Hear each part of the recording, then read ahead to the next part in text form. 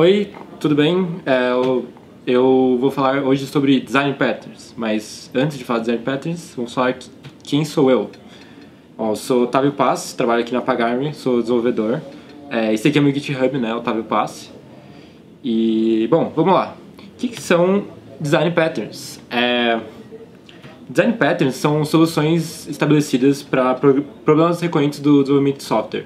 Então, a gente desenvolve software, né, todo dia e muitas coisas acabam se repetindo assim nos problemas que a gente acaba enfrentando e outras pessoas acabam resolvendo o problema que a gente já resolveu ou coisa do gênero. Então vamos mostrar um exemplo. Por exemplo, eu quero construir um objeto que vai representar um pinguim. E para eu conseguir fazer isso, eu precisaria definir todos os passos para construir um objeto de pinguim, passando a ordem, a classe, o filo, todos esses dados. Quando no final eu só queria construir um pinguim de uma espécie específica. E aqui tem um exemplo, né, com pseudocódigo em JavaScript. E outro exemplo seria assim, usando uma factory. Factory é um design pattern que visa ajudar a construir objetos, ajudar a construir objetos, basicamente. Bom, de onde que esses patterns vieram? Teve esse cara, Christopher Alexander, ele que iniciou os estudos sobre design patterns. Ele estudou muito sobre... ele avançou bastante nos estudos de linguagem de padrão e algumas coisas sobre linguagem de programação. E, por incrível que pareça, ele contribuiu muito também na parte de arquitetura. Tipo, arquitetura mesmo, assim, não só arquitetura de software. E depois, né, desse cara, a gente teve mais duas outras pessoas que contribuíram para os estudos dele. O Kent Beck e o Ward Cunningham. E eles basicamente continuaram os estudos dele de design patterns e algumas coisas de linguagem padrão, que foi o que ele mais estudou na vida, assim. Mas o que realmente popularizou design patterns foi o livro Design Patterns, Elements of Reusable Object-Oriented Software. E esse livro foi escrito por 4 desenvolvedores que até ficaram conhecidos como The Gang of Four, né? São esses 4 caras aqui.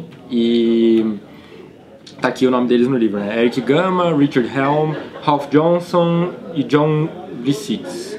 Não sei se estou falando o nome deles certo. Bom, tá, mas esses design patterns, pra quem não sabe, só comentando, né? Esse livro aqui é de 94, então já faz um tempo, né? Mas esses design patterns ainda são aplicáveis? Sim, são aplicáveis. A gente consegue usar algumas das coisas que eles trouxeram, assim, para parte de software e tentar aplicar elas hoje em dia. Ainda faz sentido. Vou explicar algumas coisas as quais design patterns ajudam a gente, assim. Às vezes a gente nem sabe por onde começar na hora de resolver um problema, e os design patterns podem ajudar a gente com isso. Um exemplo de memorização, né? Vamos supor que eu tenho uma calculadora, uma estrutura que tem uma função ali, do expensive calculation. E ela vai fazer um cálculo complexo ou custoso, né, para a máquina. E aqui, se você tem um exemplo, né, que ele chama a função 2 vezes e nas 2 vezes ele tem que fazer o cálculo custoso. E isso é ruim. Ele poderia, de repente, fazer alguma coisa que a estrutura memoriza depois da primeira chamada e na segunda chamada, ou nas próximas chamadas do método, ela vai retornar só o valor memorizado. Então, aqui tem um exemplo de um decorator. Decorator é um outro design pattern que ajuda você a construir uma estrutura, um wrapper, né, algo que fica em volta da sua estrutura inicial, que vai te ajudar a adicionar funcionalidades, modificar funcionalidades daquela estrutura que você já tinha antes. Então aqui, basicamente, ele vai ter o mesmo método, né, do expensive calculation, que vai retornar o 2 da mesma forma, mas a diferença é que ele vai ter dentro dessa estrutura uma variável booleana, né, que na primeira vez que você criar essa estrutura vai estar como false, e nas próximas vezes que você chamar a função, esse valor vai estar como true e ele fala, putz, eu não preciso mais executar esse cálculo custoso, eu vou usar o que eu já memorizei. Então aqui tem mostrando as duas calculadoras, uma a antiga e a outra a nova com decorator, que a segunda ela vai pegar o valor já salvo, né? Já calculou a primeira vez, não precisa calcular de novo.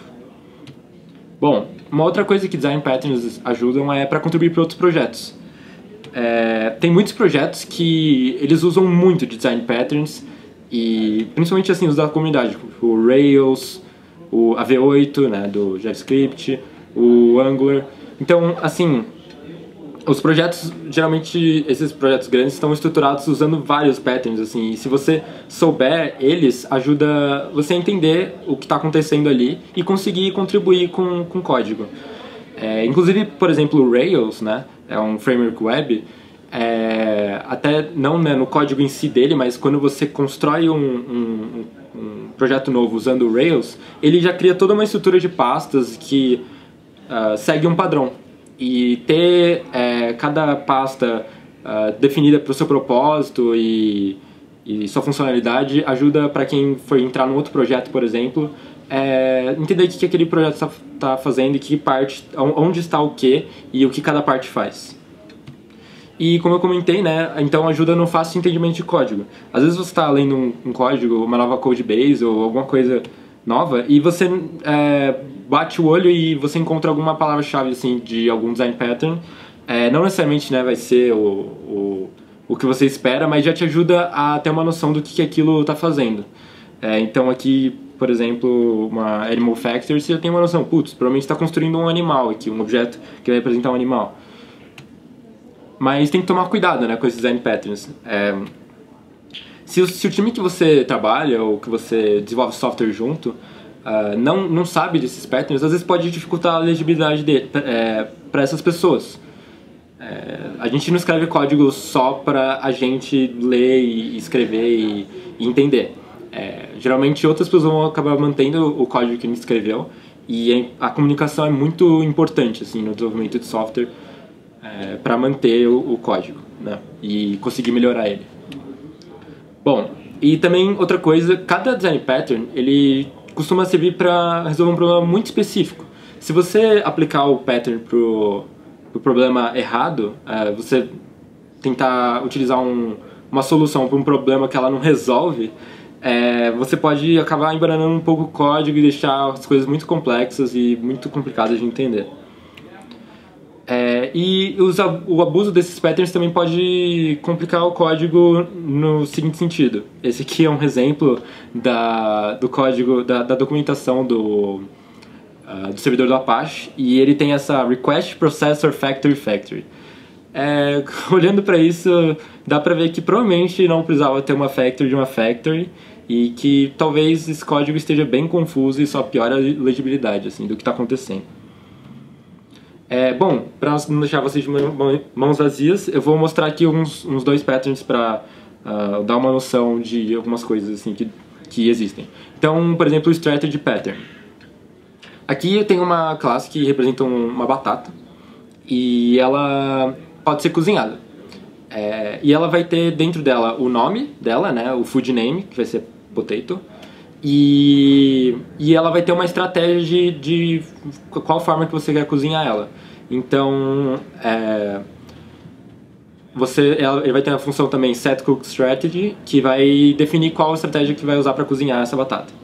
E aí, desse formato aqui, eu consigo adicionar vários tipos de estratégias diferentes para a mesma batata. Então, por exemplo, aqui tem uma boiled e fried, né? As duas têm o mesmo método, né? Cook, que vai cozinhar uma comida. Uma vai fritar, né? A outra vai cozer, né? E basicamente elas seguem o mesmo padrão e vão ter o mesmo método. Então aqui tem um exemplo. Eu crio uma batata nova, né? E aí eu vou definir qual estratégia que eu vou cozinhar essa batata. Se eu passar para ela uma estratégia de boiled, ela vai usar a estratégia, vai usar o que boiled tem implementado. Se eu usar uma de fritura, ela vai usar o que a fritura tem definido. Então você consegue ter uma maleabilidade muito boa no código e definir várias estratégias para a mesma coisa. É bem legal esse pattern. Outro exemplo é o Chain of Responsibility, que é literalmente uma cadeia de responsabilidade. Assim, você vai ter estruturas conectadas uma a outra e que se uma não souber lidar com o que foi requisitado a ela, ela passa a responsabilidade para outra estrutura. Então aqui vai ter um exemplo de Star Wars, é claro. Então aqui tem um Padawan, né, que é alguém que está começando, né, nos treinamentos Jedi, e ele vai ter uma função que luta, uma função que chama o seu mestre e uma função que usa o golpe dele, né? Que no caso é o soco. Então, na função de luta, ele verifica, né, se o monstro não é muito forte para ele. Se o monstro for muito forte para ele, ele vai ter que chamar o mestre dele. E aí o mestre dele vai ser um cavaleiro Jedi. No caso, o Padawan é muito fraco, então ele, tipo, se o monstro tiver mais de 10 de força, ele vai ter que chamar o mestre dele. Aqui, por exemplo, tem o Cavaleiro Jedi. O Cavaleiro Jedi, se o monstro tiver 100 de força, aí ele já consegue, até 100 de força, ele consegue lidar com esse monstro. Senão, ele vai ter que chamar o mestre dele, que daí vai ser o Mestre Jedi. No caso, aí ele já tem o Sábio de Luz, né? E o Mestre Jedi, ele não tem um mestre relacionado a ele. Ele já é o último mestre e ele usa a força para enfrentar os monstros. E não importa o monstro que for, ele vai ganhar. Então, se eu passo pro Padawan, né, peço para ele lutar contra um monstro de força 7, ele vai conseguir lidar tranquilamente. Mas se for maior que 10, por exemplo, um monstro de 60 de força, quem vai lutar vai ser o Cavaleiro Jedi. E no caso de um monstro muito forte, ele vai ter que chamar o Mestre Jedi e o Mestre Jedi vai ter que lidar com esse monstro. Então, é literalmente uma cadeia. Assim, se um não sabe o que fazer com aquela requisição ou o que precisa fazer, outro objeto vai ter que lidar com aquilo, outra estrutura ou o que for. E até um exemplo real, assim, tem, para quem já usou Express em JavaScript, né, o Node, tem a forma como ele conecta os handlers, né, para lidar com uma rota. Você passa uma lista, né, de funções, e todas elas conseguem chamar uma função next. Então, se aquela função não consegue lidar com a requisição, ele passa para a próxima responsabilidade. Bom, é basicamente isso. Assim, quando eu estava estudando Design Patterns, eu fiz um projeto que está no GitHub, que chama Design Patterns. E como eu estava estudando Rust, né, que é uma linguagem da Mozilla, eu queria aproveitar para estudar tanto Design Patterns quanto Rust, então eu tentei implementar uns 30 Design Patterns em Rust, e foi bem legal para aprender várias coisas. A ideia é que, na verdade, o projeto possa contribuir para... Qualquer um pode contribuir para qualquer tipo de linguagem, mas com exemplos, né? Mas foi isso. Se alguém quiser dar uma olhada, tem o link aí. E é isso. Obrigado.